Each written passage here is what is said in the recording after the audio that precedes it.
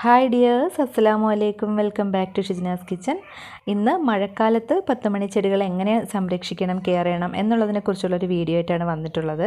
അപ്പോൾ ഇതിന് മുന്നേ തന്നെ 10 മണി ചെടികൾക്ക് കൊടുക്കേണ്ട വളങ്ങളെക്കുറിച്ച് ഞാനൊരു വീഡിയോ ചെയ്തിട്ടുണ്ട്. അപ്പോൾ അത് ഒരുപാട് പേർക്ക് ഉപകാരപ്പെട്ടു എന്ന് അറിഞ്ഞാൽ ഒത്തിരി സന്തോഷം. അപ്പോൾ ഈ വീഡിയോ നിങ്ങൾക്ക് ഇഷ്ടപ്പെടുകയാണെന്നുണ്ടെങ്കിൽ ഉറപ്പായിട്ടും ലൈക്ക് ചെയ്യുക. ഇപ്പോൾ തന്നെ ആ ലൈക്ക് ബട്ടൺ ഒന്ന് പ്രസ് ചെയ്യുക. ഒരുപാട് കെയറിൻ്റെയോ പരിചരണത്തിൻ്റെയോ ബുദ്ധിമുട്ടോ ആവശ്യമൊന്നുമില്ലാതെ തന്നെ നിറയെ പൂക്കൾ തരുന്ന ഒരു ചെടിയാണ് 10 മണിച്ചെടി. അതുകൊണ്ട് തന്നെയാണ് ഇന്ന് എല്ലാവരുടെ വീട്ടുമുറ്റത്തും 10 മണിച്ചെടി ട്രെൻഡിങ് ആയി നിൽക്കുന്നത്. പെട്ടെന്ന് തന്നെ വളർന്ന് നിറയെ പൂക്കൾ തരുന്ന ഒരു ചെടിയാണ്. അപ്പോൾ അതുകൊണ്ട് തന്നെ എല്ലാവർക്കും ഇത് നടാനും വളർത്താനൊക്കെ ഒരുപാട് ഇഷ്ടമാണ്. നമ്മൾ വേനൽക്കാലത്താണെങ്കിൽ അധികം ശ്രദ്ധയൊന്നും ആവശ്യമില്ല. അത് തനിയെ അങ്ങ് വളർന്നങ്ങ് പൂത്തോളും. ഇടയ്ക്കൊന്ന് നനച്ചു കൊടുത്താൽ മാത്രം മതിയാവും. അത് 2 ദിവസത്തിലൊരിക്കലൊക്കെ നനച്ചു കൊടുത്താൽ മതിയാവും. അധികം വെള്ളം നമ്മുടെ ചെടി ഉള്ള മണ്ണിൽ വീണ് കഴിഞ്ഞാൽ അതിൻ്റെ തണ്ടൊക്കെ ഒന്ന് ചീഞ്ഞു പോകാൻ സാധ്യതയുണ്ട്. അപ്പോൾ അതുകൊണ്ട് തന്നെ ചെടി നശിച്ചു പോവും. അതുകൊണ്ടാണ് മഴക്കാലത്ത് കൂടുതൽ പരിചരണം ആവശ്യമാണെന്ന് പറയുന്നത്. ചെടി നടുന്ന സമയത്ത് തന്നെ 1-2 കാര്യങ്ങൾ ശ്രദ്ധിക്കണം. നമ്മൾ പോട്ടിംഗ് മിശ്രിതം റെഡിയാക്കുന്ന സമയത്ത് മണലും മണ്ണും കൂടി നന്നായിട്ട് ഈക്വൽ പോർഷൻ എടുത്തു കഴിഞ്ഞാൽ നല്ലതായിരിക്കും. അപ്പോൾ മണൽ ഉള്ളത് കൊണ്ട് തന്നെ മണ്ണ് ചെളി കെട്ടാതിരിക്കും. നമ്മൾ ഒഴിക്കുന്ന വെള്ളത്തിൽ എക്സസ് ആയിട്ടുള്ള വെള്ളം പെട്ടെന്ന് തന്നെ ഡ്രെയിൻ ചെയ്ത് പോവുകയും ചെയ്യും. അപ്പോൾ വെള്ളം ഒട്ടും തന്നെ തങ്ങി നിൽക്കില്ല. മഴ സമയത്തായാലും മഴ പെയ്ത് വീഴുന്ന വെള്ളമെല്ലാം നന്നായിട്ട് ഡ്രെയിൻ ചെയ്ത് പോകുന്ന കാരണം പെട്ടെന്ന് അങ്ങനെ ചീഞ്ഞ് പോകില്ല. പിന്നെ കണ്ടിന്യൂസ് മഴയാണെങ്കിൽ മാത്രമേ പ്രശ്നമുള്ളൂ. അപ്പോൾ ആദ്യം അതൊന്ന് ശ്രദ്ധിക്കുക. പിന്നെ നമ്മൾ ഇതൊന്ന് പ്രൂൺ ചെയ്ത് നിർത്തണം. എല്ലാ തണ്ടുകളൊക്കെ ഒന്ന് മുറിച്ച് മാറ്റിയിട്ട് നിർത്തണം. ഇപ്പോൾ കാണുന്ന ഭംഗിയൊന്നും ഇപ്പോൾ ചെടികൾക്കൊന്നും ഇല്ല. കാരണം മഴ തുടങ്ങിയിട്ട് കുറച്ച് ദിവസമായല്ലോ. അപ്പോൾ അതുകൊണ്ട് പൂക്കളൊക്കെ നന്നായിട്ട് കുറഞ്ഞിട്ടുണ്ട്. ഇത് നല്ല പൂക്കൾ ഉണ്ടായിരുന്ന സമയത്ത് എടുത്തിട്ടുള്ള വീഡിയോയാണ്. അപ്പം ഇപ്പോഴത്തെ അവസ്ഥ എന്താണെന്ന് ഞാൻ കാണിച്ചു തരാം. ഇപ്പോൾ ഇങ്ങനെയാണുള്ളത്. വളരെ കുറച്ച് പൂക്കൾ മാത്രമേ ഉള്ളൂ. ഓരോ ചട്ടിയിലും 1-2 പൂക്കളൊക്കെ ഉണ്ടെങ്കിലുണ്ട് എന്നുള്ള അവസ്ഥയാണ്. മഴക്കാലത്ത് ഇങ്ങനെ തന്നെയാണ്. അപ്പോൾ ഇനി ഞാൻ കുറച്ചൊക്കെ ഒന്ന് പറിച്ച് മാറ്റി നട്ടിട്ടുണ്ട്. അപ്പോൾ ഇനി എന്താണ് ചെയ്യേണ്ടതെന്ന് കാണിക്കാം. ഇത് അത്യാവശ്യം നന്നായിട്ട് ഫ്ലവറൊക്കെ തന്നിട്ടുള്ള ഒരു ചെടിയാണ്. അതിൻ്റെ തണ്ടുകളൊക്കെ നന്നായിട്ട് നീണ്ടു പോയിട്ടുണ്ട്. അപ്പോൾ ഇതെല്ലാം ഒന്ന് മുറിച്ച് മാറ്റണം. ആദ്യം നമുക്കിത് മുഴുവനായിട്ടൊന്ന് കട്ട് ചെയ്ത് കളയുമ്പോൾ കുറച്ച് വിഷമമൊക്കെ തോന്നും. കാരണം ഒരുപാട് നാളുകൊണ്ട് ഇത്രയും വളർന്ന് വലുതായിട്ടുള്ളൊരു ചെടിയല്ലേ. അപ്പോൾ അത് മുറിച്ച് മാറ്റുമ്പോൾ സ്വാഭാവികമായിട്ടും എല്ലാവർക്കും ഉള്ള പോലെ തന്നെ എനിക്കും വിഷമമുണ്ട്. പക്ഷേ എന്നാൽ നമുക്ക് അടുത്ത പ്രാവശ്യത്തേക്ക് നന്നായിട്ട് ചെടി വളരണമെങ്കിലും നന്നായിട്ട് പൂക്കളൊക്കെ ഉണ്ടാവണമെങ്കിലും ഇത് മുറിച്ച് മാറ്റിയേ മതിയാവുള്ളൂ. അല്ലാന്നുണ്ടെങ്കിൽ ചെടി മുഴുവനായിട്ട് തന്നെ നശിച്ചു പോവും. അതുകൊണ്ട് ഇത് നന്നായിട്ട് പ്രൂൺ ചെയ്ത് നിർത്താം. എല്ലാ തണ്ടുകളും നമ്മൾ ചട്ടിയുടെ ആ ഒരു ലെവൽ വെച്ചിട്ട് നന്നായിട്ടൊന്ന് മുറിച്ച് മാറ്റാം. അപ്പോൾ ഇത് നന്നായിട്ട് മുറിച്ച് മാറ്റി കഴിഞ്ഞതിന് ശേഷം നമുക്കിത് വേറെ ഒരു ചട്ടിയിലേക്കോ ഗ്രോ ബാഗിലേക്കോ ഒക്കെ പ്ലാന്റ് ചെയ്ത് വെക്കാം.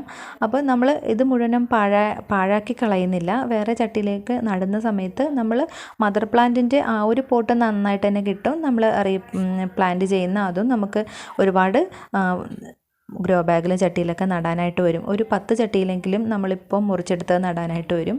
അപ്പോൾ അതുകൊണ്ട് തന്നെ ഒരുപാട് ചെടി നമുക്ക് വേറെ കിട്ടുകയും ചെയ്യും. സീസൺ ആവുന്ന സമയത്ത് നിറച്ച് പൂക്കളും ഉണ്ടാവും.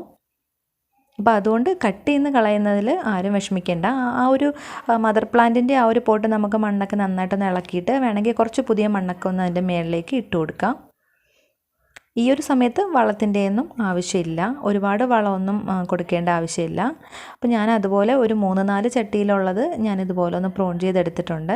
എന്നിട്ട് ഇത് മുഴുവനായിട്ടും മിക്സായിട്ട് തന്നെയാണ്, കളറ് സെപ്പറേറ്റ് ചെയ്യുന്നൊന്നുമില്ല.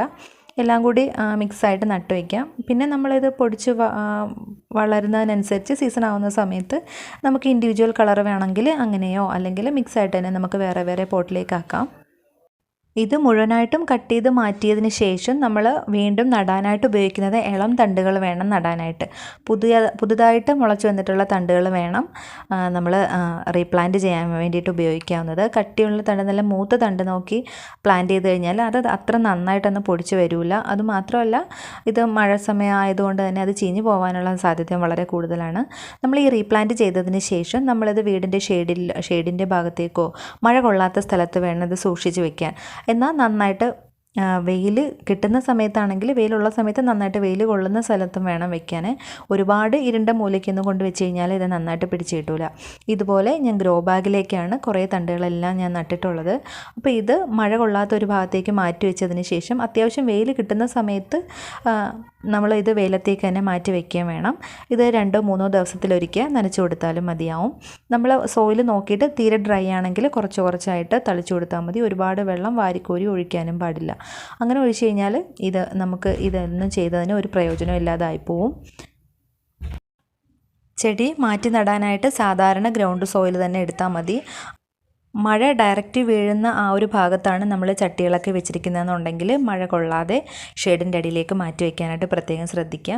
നിലത്തൊക്കെ നട്ടിരിക്കുന്ന ചെടികളാണെങ്കിൽ ഇതുപോലെ അതും അതിൻ്റെ കൊണ്ടകളൊക്കെ ഒന്ന് വെട്ടിക്കളഞ്ഞതിന് ശേഷം പ്രൂൺ ചെയ്ത് നിർത്തുക. എന്നിട്ട് ഇളം തണ്ടുകളെല്ലാം റീപ്ലാന്റ് ചെയ്തിട്ട് മഴ കൊള്ളാത്ത ഭാഗത്തേക്ക് മാറ്റി വെച്ച് കഴിഞ്ഞാൽ അടുത്ത സീസണിലേക്കുള്ള ചെടികൾ കിട്ടും.